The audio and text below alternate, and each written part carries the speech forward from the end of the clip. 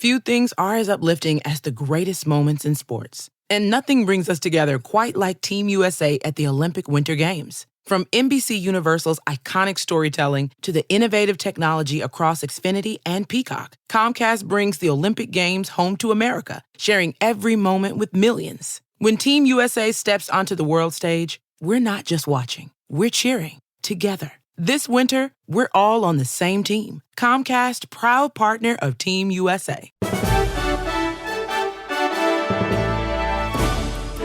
This week on Viewpoints. Judging the reliability of what you read and understanding the perspectives of others are two things that we're extraordinarily bad at these days. Does a degree in the humanities still matter? We delve into part 2 of our story.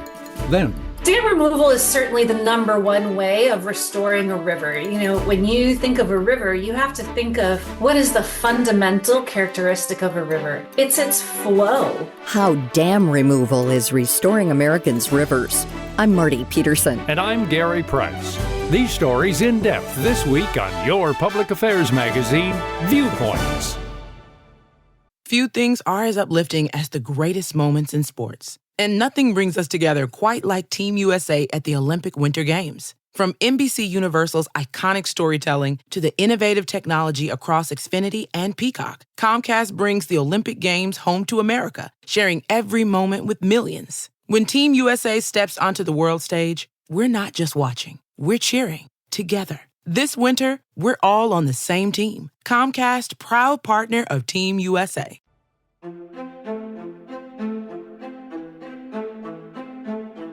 Last week, we talked about why college humanities majors like English, history, and philosophy are still valuable. The case for the humanities centers around the types of skills these fields develop, like how to interpret information, communicate clearly, and make sense of a world that's getting more complex by the day. This week, we're focusing on what life looks like post-graduation for these students. One of these people is Anna Van Wingerden, a recent graduate of Columbia College, Chicago. She earned her bachelor's degree in English, along with minors in acting and education. For her, part of the appeal of an English major was that it didn't box her into one specific career path. It is so broad, especially nowadays. I think, there maybe in the past this was more true, but I think there's this perception that all you're doing to get an English degree is reading a bunch of books and writing papers about them, which, is to a certain point, you do have to do that. But my experience at Columbia was very much not that. It is so focused on a well-rounded education to prepare you for a career in any facet of English, whether it's, writing. I had good friends go into publishing, PR, teaching. Some friends were, writing their own novels or working at magazines or becoming freelance authors. But this open-ended path can be a double-edged sword as students approach the daunting task of figuring out their next steps after graduation. Van Wingerden recalls nervously searching for internships during college that could help her build up some real-world experience. It got to be, I think, maybe like the second summer of college, and I started to get a little worried, like, okay, what am I going to do with this degree? And I was going to be living at home over the summer, so I was looking for jobs or internships in my field just to kind of get some resume experience. And I found a company in my hometown they were looking for a PR intern for the summer, and their main specification was that they wanted a strong writer. So I, interviewed for that, submitted a bunch of writing samples and stuff, and did that internship. And I think that was something I kind of just stumbled into that because I needed something very specific. I needed a summer job in my field, in my hometown. And it just kind of worked out to be that it was in PR and communications. So I don't think that was something that was really on my mind of that's what I want to work in, that's what I'm interested in. It more kind of just happened. That role eventually led her to pursue another internship in PR, which turned into a job in downtown Chicago after graduation. It wasn't a career path or an industry she necessarily planned on, but one that made use of her writing and communication skills, and for a while, it fit. I just wanted a job so badly, and I had already kind of gotten to know this industry pretty well, so I felt comfortable and confident and kind of joining it full time upon graduating. And I think after about a year of doing that, I started to realize that while I was so thankful for everything I'd learned and for the opportunity I had to be in that space, I realized it maybe wasn't what I wanted to do for the next, 50 some years of my life. And this is a common feeling for a lot of new graduates in this space. It's not as clear of a career path as, say, a pre-med or engineering student. Today, Van Wingerden is working towards a master's degree in education at Loyola University, Chicago, and plans to teach English. And she's not alone in this shift. According to the U.S. Bureau of Labor Statistics, the average American now changes jobs 10 to 12 times during their working life. Professor Carlo Rotella isn't surprised by this statistic. He's a professor of English at Boston College and the author of What Can I Get Out of This? Teaching and Learning in a Classroom Full of Skeptics. Instead of saying, does this major pay off? I think it's better to say, does college pay off? And at this point, statistically, the answer is yes. And instead of trying to, pick a major with the same name as a job, it almost never works that way. Rather, try to get good at something. And while you're in college, also try to get yourself a well-rounded liberal arts education, bearing in mind that the liberal arts include math and science. I also like to point out to my students that the last 3 governors of Massachusetts, where I teach, were all English majors, right? And instead of saying, well, there's one job you can get with a degree in English, instead think about how an interest in meaning, how an interest in the way language carries meaning in particular took them into the law, and that took them into politics, and that took them into this job. Rotella gives us an example of one of his past English students who majored in creative writing while at Boston College. She was always driven to create and to build something meaningful in her career, but she discovered that those passions extended beyond writing. While she was in college, she discovered she actually wanted to make things with her hands. So with her last remaining electives in her junior and senior year, she took design courses and ceramics courses, and she learned how to 3D print things, and she started hanging out at the Makerspace at Boston College. And she now has a job working for a company designing their online presence, right? So that's a job you can get with an English major. The way she got there was she's interested in the way that the form of something expresses its meaning. And it turns out that's what the marketing and communication people do, is find forms to express the meaning that the company's trying to express. Right now, there's a lot of uncertainty about the future of work and what kind of jobs will be readily hiring in the next 5 or 10 years. Rotella says he doesn't have a crystal ball, but what he does know is this. It is hard to envision a scenario in which people are not going to need the ability to judge the reliability of what they read and see and hear and make reasoned arguments and all those kind of basic skills that reading and writing impart. And for many reasons, in order to be a citizen, in order to be a worker, right? Those are still basic skills. And it's also true that as the avalanche of stuff coming at us out of our screens increases because AI is increasing it, right? We need that faculty, that attribute, that ability to judge the reliability of what we're seeing, to understand the perspectives of others, those things you learn in humanities courses more than ever. And I'd like to point out that at the moment, if you look around at our society, we're kind of getting an F in those basic skills, right? Judging the reliability of what you read and understanding the perspectives of others are 2 things that we're extraordinarily bad at these days in American culture. The need for these skills is not going to evaporate. Van Wingerden agrees and feels that the rapid growth of tools like AI chatbots has only made her more certain that the humanities still matter. With technology progressing so rapidly and evolving so fast, I think if we don't have the same progression in the arts and humanities, it sounds corny, but I think that's how we lose our humanity. I think that's when you get too close to those kind of sci-fi dystopian futures where everything is run by robots and AI and technologies. Despite the nebulous and uncertain path that comes with studying the humanities, Van Wingerden says she would urge current high school students to stay open and keep a broad view. I think I would always give the advice to go as broad as you can when you're young, because there's so much wiggle room. I think I was so of the mindset going through college. I did my degree in 3 years in college because I just had this mindset that I was behind and that I needed to rush through and be able to get a head start and be ahead of the curve to be able to be successful in life. And I've ended up changing my mind so many different times within that. Like, I mean, I changed my major, I changed my whole career trajectory. And it's only been a few years.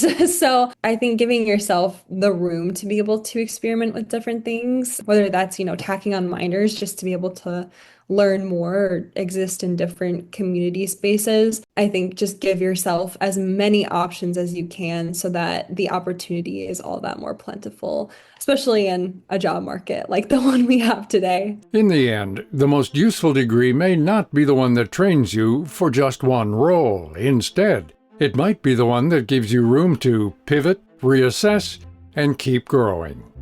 To learn more about this topic and our guests, Professor Carlo Rotella and Anna Van Wingerden, visit viewpointsradio.org. This story was written by our executive producer, Amira Zaveri. Our studio manager is Jay Silvers. I'm Gary Price. Coming up, toppling America's old dams to restore rivers when Viewpoints returns.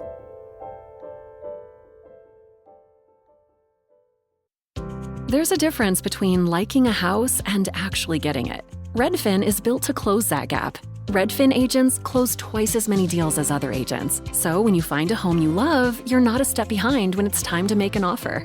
That means less watching great homes disappear and more zeroing in on the one you'll actually end up calling home. Redfin helps turn saved listings into real addresses. Get started at redfin.com. Own the dream. Few things are as uplifting as the greatest moments in sports. And nothing brings us together quite like Team USA at the Olympic Winter Games. From NBC Universal's iconic storytelling to the innovative technology across Xfinity and Peacock, Comcast brings the Olympic Games home to America, sharing every moment with millions. When Team USA steps onto the world stage, we're not just watching, we're cheering together. This winter, we're all on the same team. Comcast, proud partner of Team USA. At Nature's Bounty, the belief is simple. You already have a brilliant body. Supplements just help support your journey. For over 50 years, Nature's Bounty has offered vitamins and supplements to help you eat, sleep, thrive, repeat. From magnesium glycinate for heart and muscle support to hair growth capsules for fuller, thicker hair. And probiotics with 20 billion live cultures for digestion. Nature's Bounty. It's in your nature to thrive. Learn more at naturesbounty.com. These statements have not been evaluated by the Food and Drug Administration. These products are not intended to diagnose, treat, cure, or prevent any disease.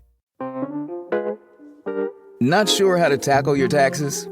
Are you sweating the small print? You may be experiencing FOMO, the fear of messing up. The answer? Using TurboTax on Intuit Credit Karma. They help you get your biggest refund, and then we help you do more with it. With a personalized plan designed to help you hit your money goals. It's time to take your taxes to the max. Start filing today in the Credit Karma app.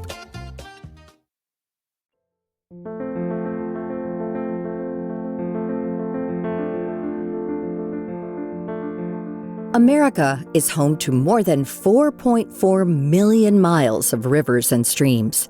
In fact, most people in the U.S. live within a mile of one. These waterways provide drinking water, support wildlife, and shape local ecosystems. However, experts say many of them are in trouble.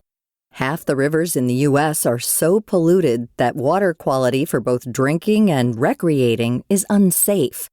Chemical runoff from factories and farms are well-known culprits. But there's another, less obvious threat: dams.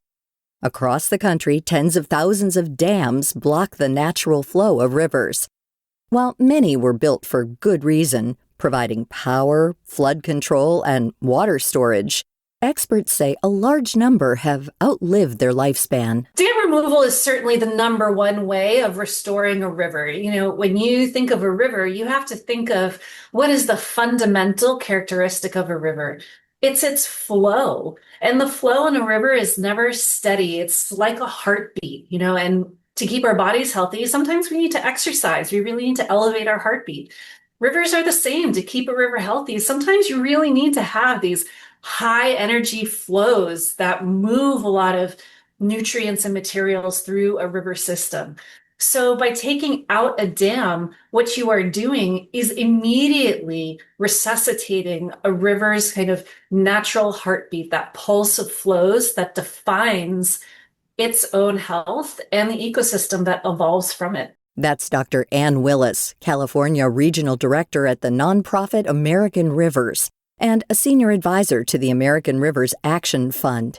She says even with landmark environmental laws on the books, including the Clean Water Act of 1970, the Endangered Species Act, and the Wild and Scenic Rivers Act, healthy rivers are far from guaranteed. The scope of these acts tends to change administration from administration. We saw an example of that recently when the Supreme Court decided in a recent decision, its Sackett decision, that the Clean Water Act did not apply as extensively as it had previously been interpreted.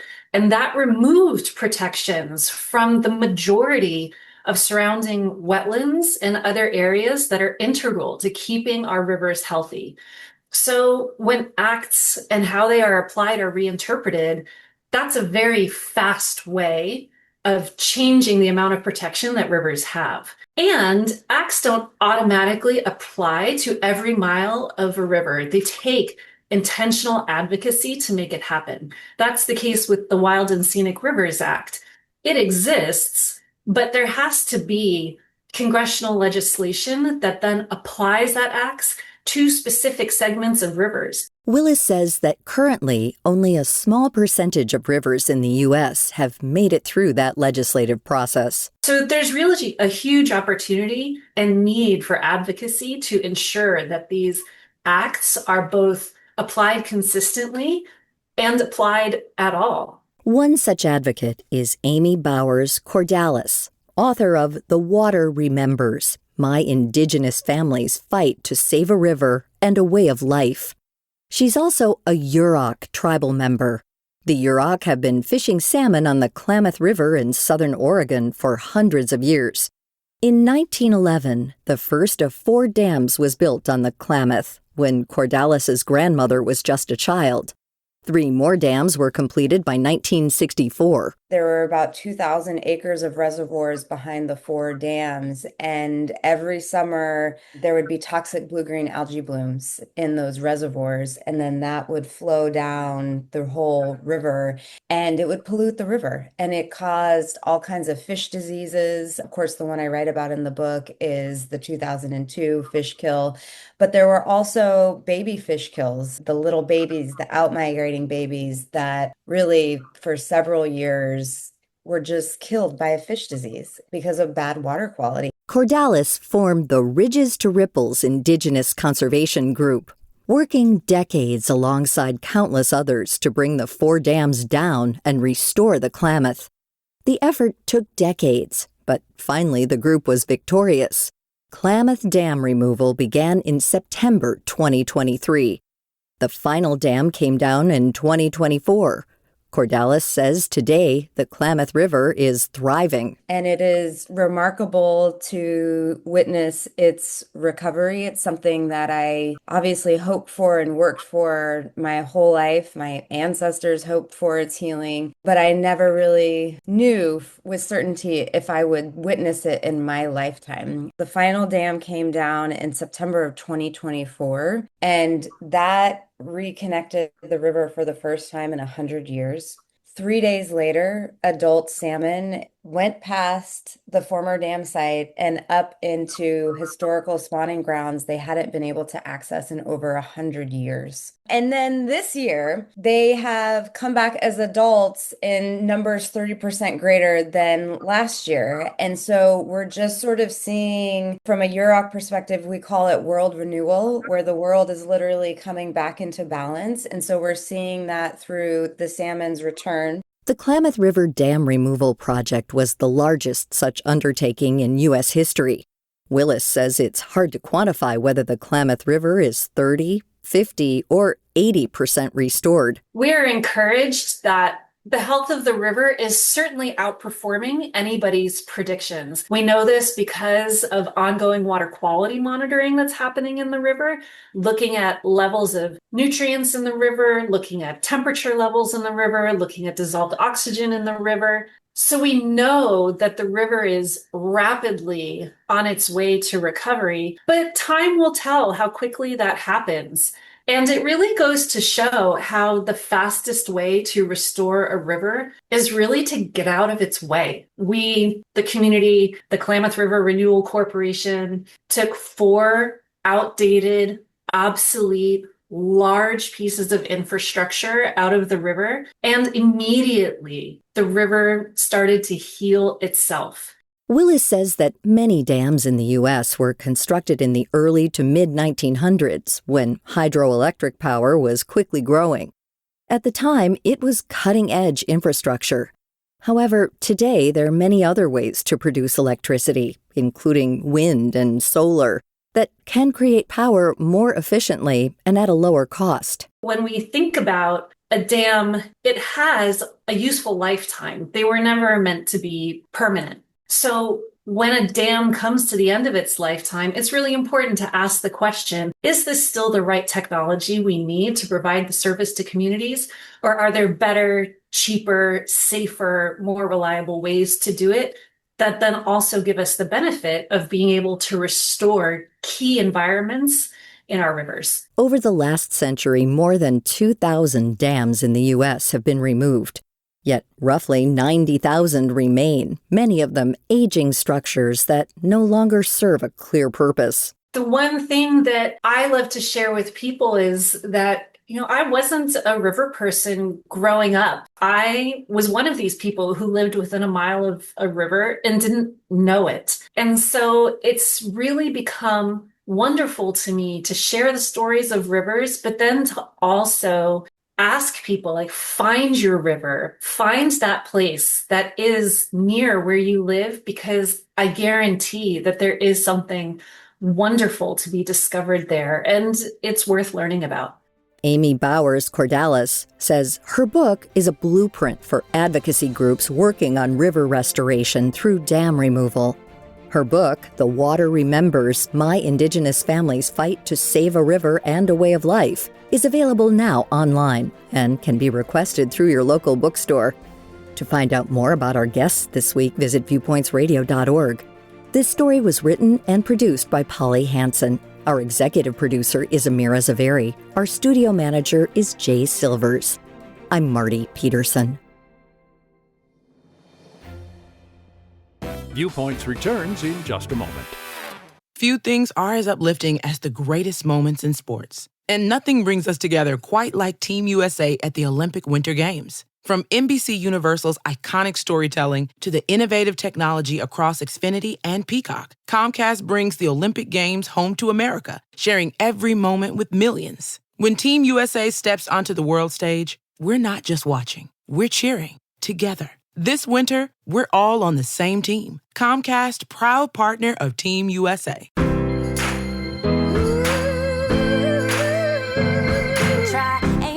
For your tushy, it's made by angels, soft and strong, budget friendly. The choice is simple, a roll that feels like paradise, and always at a heavenly price. Angel soft, soft and strong, so it's simple. Pick up a pack today. Angel soft and strong, simple. Microplastics. The tiny shards of plastic barely visible to the eye are turning up in places we never expected. In recent years, researchers have found them in human blood, lung tissue, and placenta, breast milk, and even the brain. The biggest question is, how harmful are these particles once inside the body? Researchers are still working to answer that question. A 2024 study published in the New England Journal of Medicine found microplastics deep within the arterial plaque of heart patients. People with these particles in their heart were more likely to experience heart attacks, strokes, or death in the future. This finding was alarming, but didn't completely prove that microplastics were the primary culprit. So, what are some of the biggest sources of microplastics? Lab studies have found that a single nylon tea bag, the prepackaged kind that you find at the grocery store, can release more than 11 billion microplastic particles into hot water. Instead of these, buy loose leaf tea and use a reusable stainless steel tea strainer to make a cup of tea. This also applies to coffee. use a ceramic or glass coffee drip instead of using plastic K-cups or pods. The reason behind this is that heat makes the issue worse. Plastics tend to shed more when they're warmed, which is why many scientists advise against microwaving food in plastic containers. The same goes for steaming foods in a plastic bag in the microwave. Instead, cook the fresh or frozen veggie on the stovetop by sautéing in a pan or steaming in a steam basket. Ultra-processed foods are also more likely to contain microplastics. These exposures don't just come from the product packaging, but can leach in from the machinery and plastic materials used during industrial food processing. It's unreasonable to completely avoid these small particles, but small life shifts can help cut exposure. Instead of frozen meals, choose whole foods more often, like fresh veggies and fruits, and try to cook from scratch when you can. Also, store food in glass or stainless steel containers whenever possible. There's still a lot we don't know about microplastics, but research is moving quickly, and the outcome may change how we use this material in our daily lives. That's Viewpoints to explain for this week. More in a moment.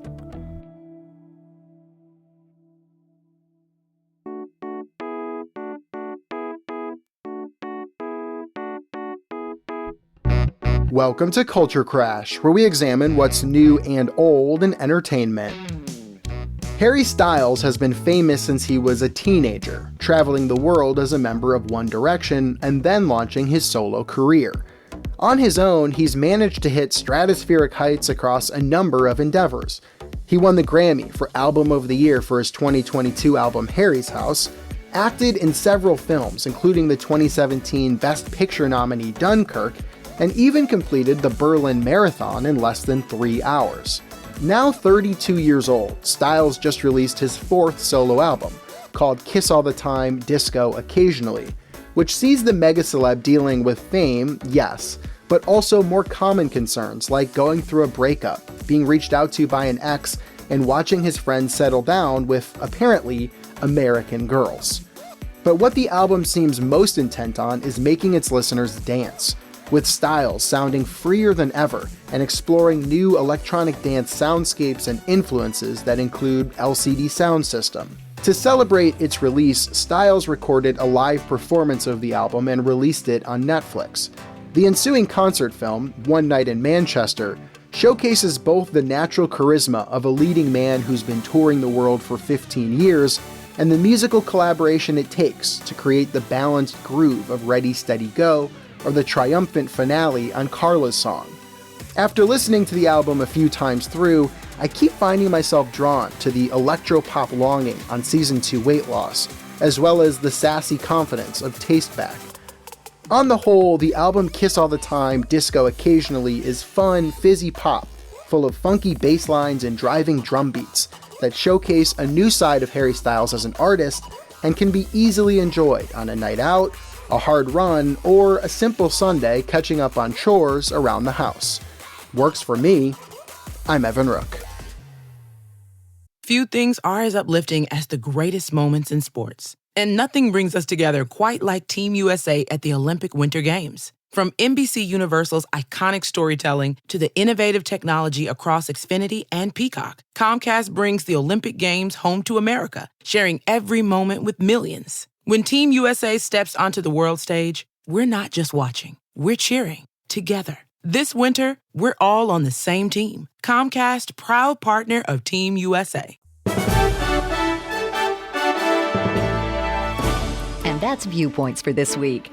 Follow us on Twitter, Facebook, and Instagram to learn more about upcoming shows and find a library of past programs on Apple Podcasts, Google Play, and Spotify. Plus, you'll always find previous segments and more information about our guests at viewpointsradio.org. Join us again next week for another edition of Viewpoints.